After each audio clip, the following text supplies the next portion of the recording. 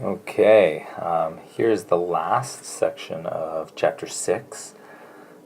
It's really doing what we've been doing in the past, except now we're going to be doing it with letters instead of numbers.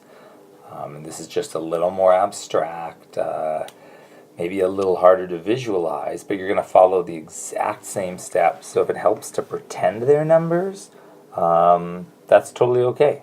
All right, so for example, this question says make x the subject. In other words, just to paraphrase that, it's saying solve for x. Okay?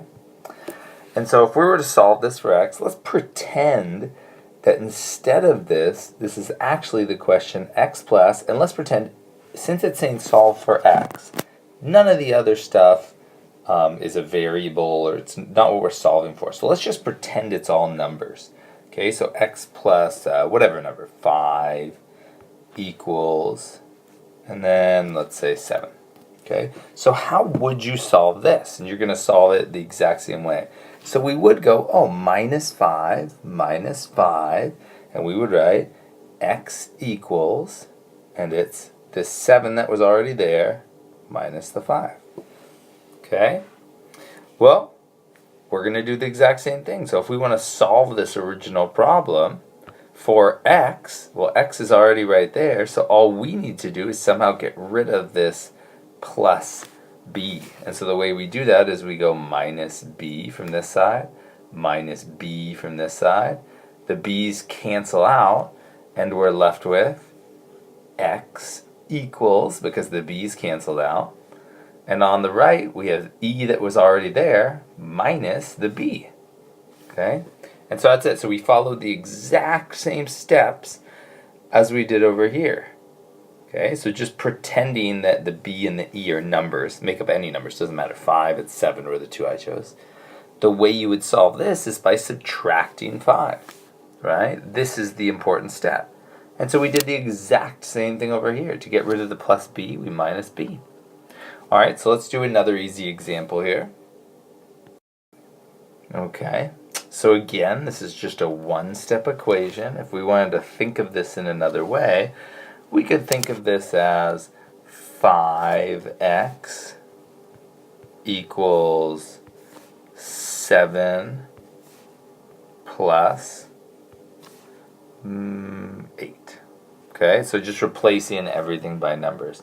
Okay, well, 7 plus 8 is 15. Who cares about that? We don't need to do that. How do we get the x by itself? Well, there's only one thing next to the x, and that's the 5. So our one step to solve for x here is just divide both sides by 5, right? And then we have x equals, and just on the other side, it's that original 7 plus 8, all divided by 5. So you may think it seems easier with numbers. However, with the numbers, it's actually harder, because now we're not done. With the numbers, we would have to go, okay, well, that means x equals 15 over 5, which means x equals 3. So there's this extra bit of arithmetic here that we're just not doing. So actually, with letters, it's easier, because all you need to do is show what you're going to do. In other words, we're going to divide, but then you're done. You don't need to do the arithmetic and actually use a calculator or, evaluate it and get an answer. Okay, so looking at this, to get x by itself, the one step we need to do is divide by the number, or divide by v. Then the v's will cancel out, right? So we divide this side by v, and so we're done.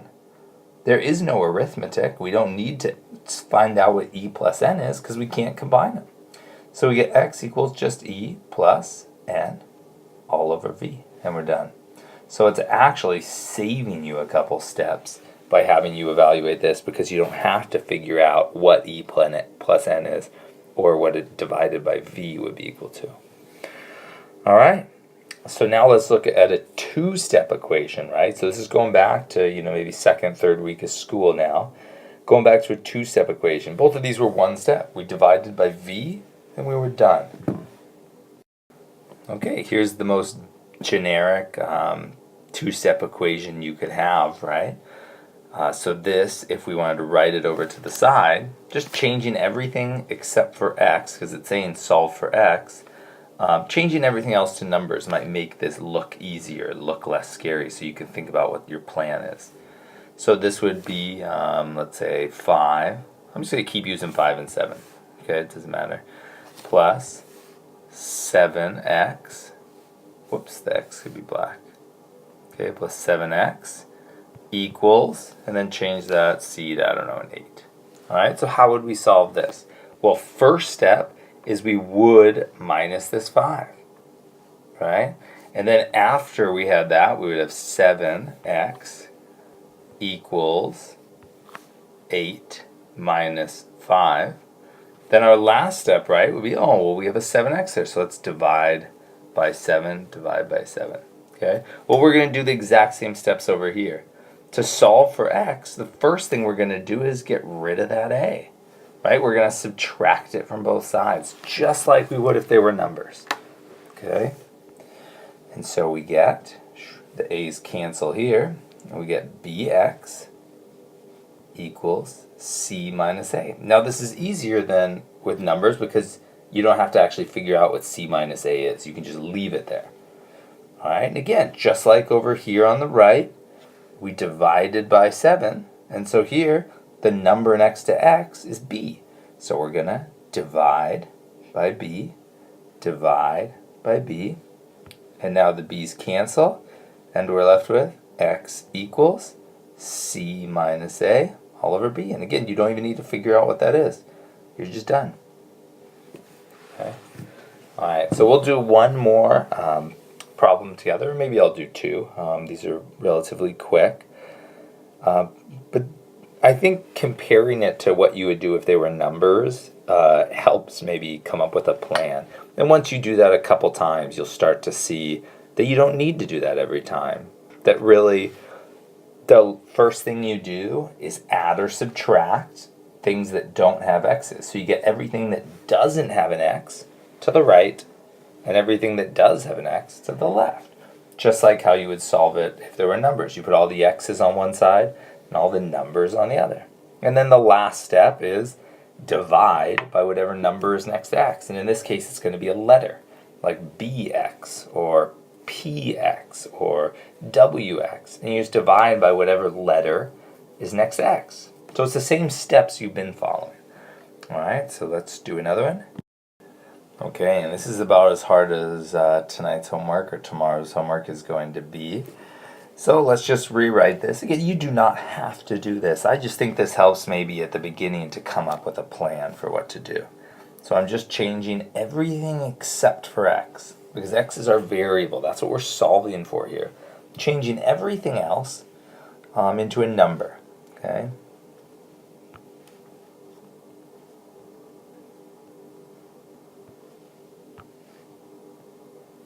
Alright, so if we were going to solve this, this would take us 3 steps, right?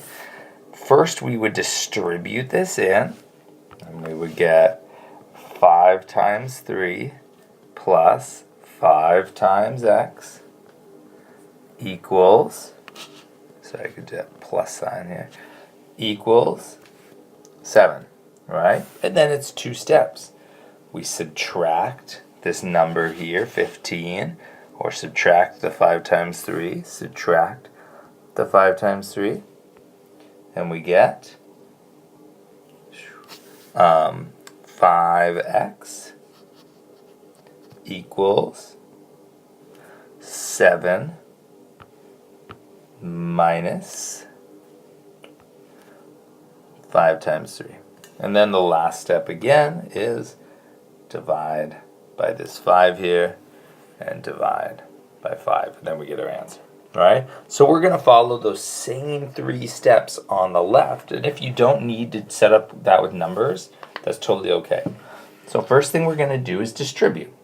Okay, so let's distribute, and we get c times a plus c times x equals d.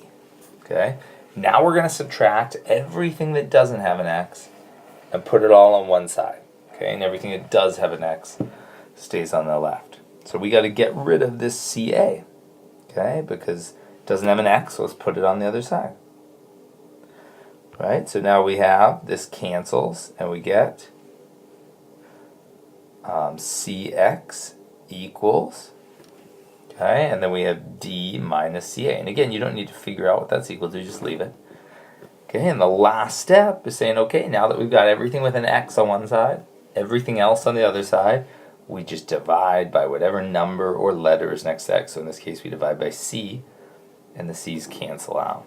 Okay, we divide this whole side by C, and we get that X is equal to D minus CA all over C. That's it. That's the answer. Okay, that's about as hard as the homework will get. I could do one more problem like that with you, just to practice. But the main thing is just not getting anxiety or panicking when you see all these letters. Okay, and that's one of the most important things about math, is the easier you think the problem is, the more calm you are and organized mentally as you do the problem, the easier math is. Okay, if you start to get that anxiety, then it becomes a little harder. Okay, one final problem here. So again, I'm just going to do it. You know what? This time let's not do it with comparing it to fractions. Let's go ahead and just solve this the best we know how. Okay, so first thing we're going to do is get everything that does not have an X to one side and everything that does have an X to one side. So everything that has an X is already on the left. There's only one X.